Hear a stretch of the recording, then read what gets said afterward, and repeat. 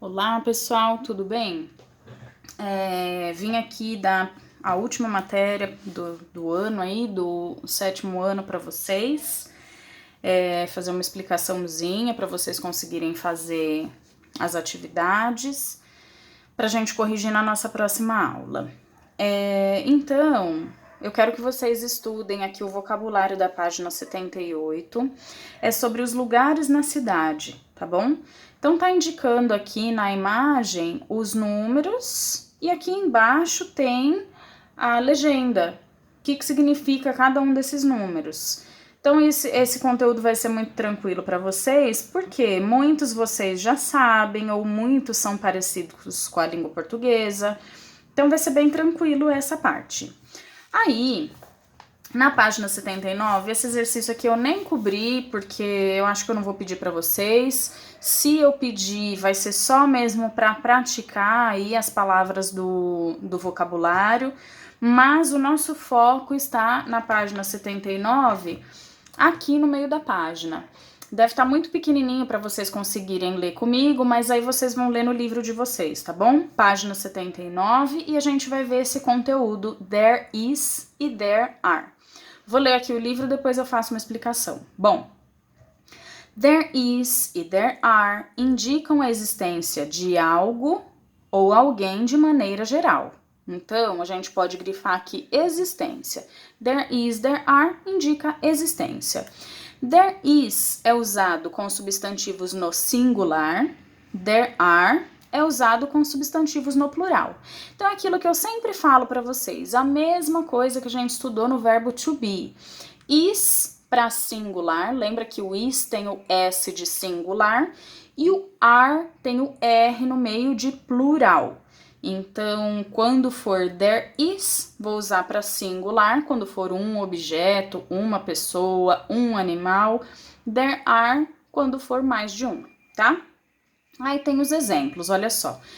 There is a bank near here. Então, existe um banco perto daqui. There are two banks near here. Então, aqui o sentido de existir no plural, né? Então, existem dois bancos perto daqui. As formas afirmativa, negativa e interrogativa de there is e there are seguem as mesmas formas do verbo to be. Então, a mesma coisa, gente. Se eu quiser falar negativa, em vez de falar is, eu vou falar isn't.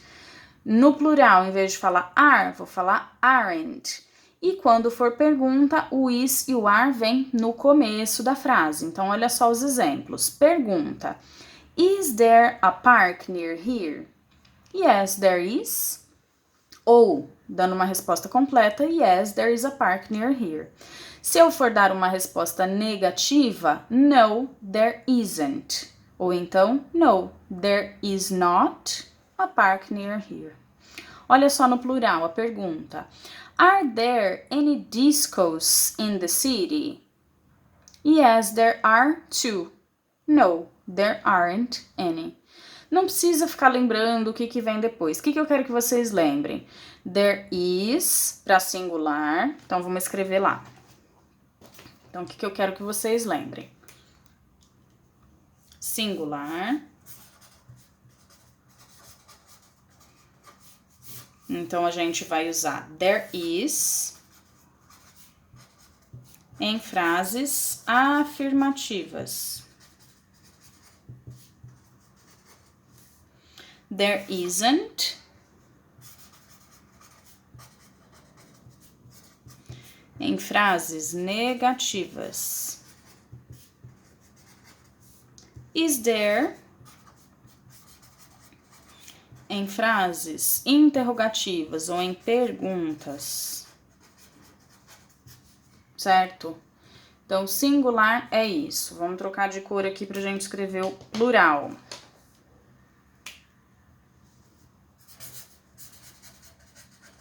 Mesma coisa, só que a gente vai trocar o is pelo are. Só isso. There are para afirmativas.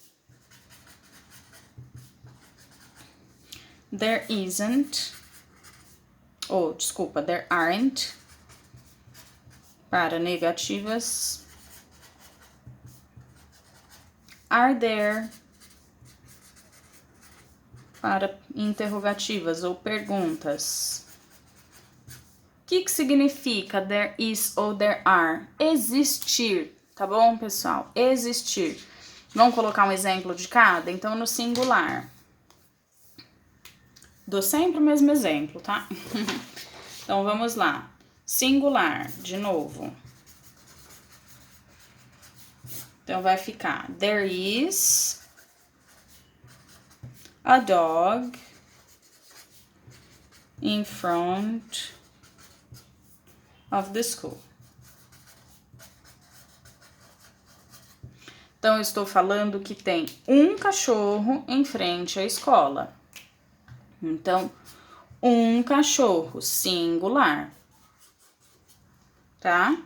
Se eu for pegar essa mesma frase e fazer dela uma frase negativa, eu vou trocar o quê? Em vez de is, eu vou escrever isn't.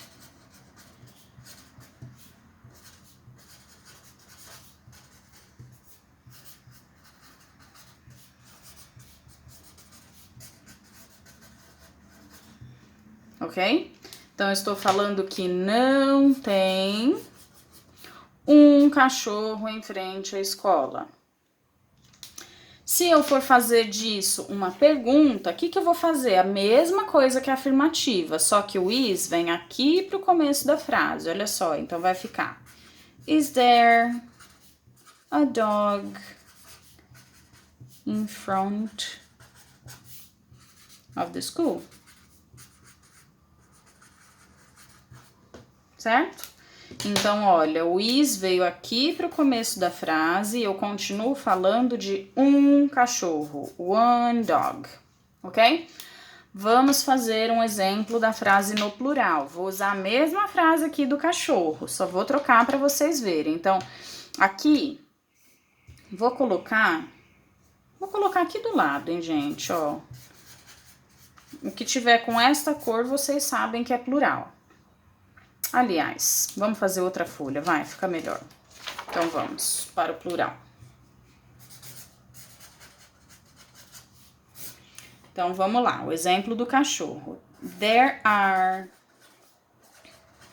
Não vou falar mais de um cachorro, porque é plural, então é mais de um cachorro. There are dogs in front of the school.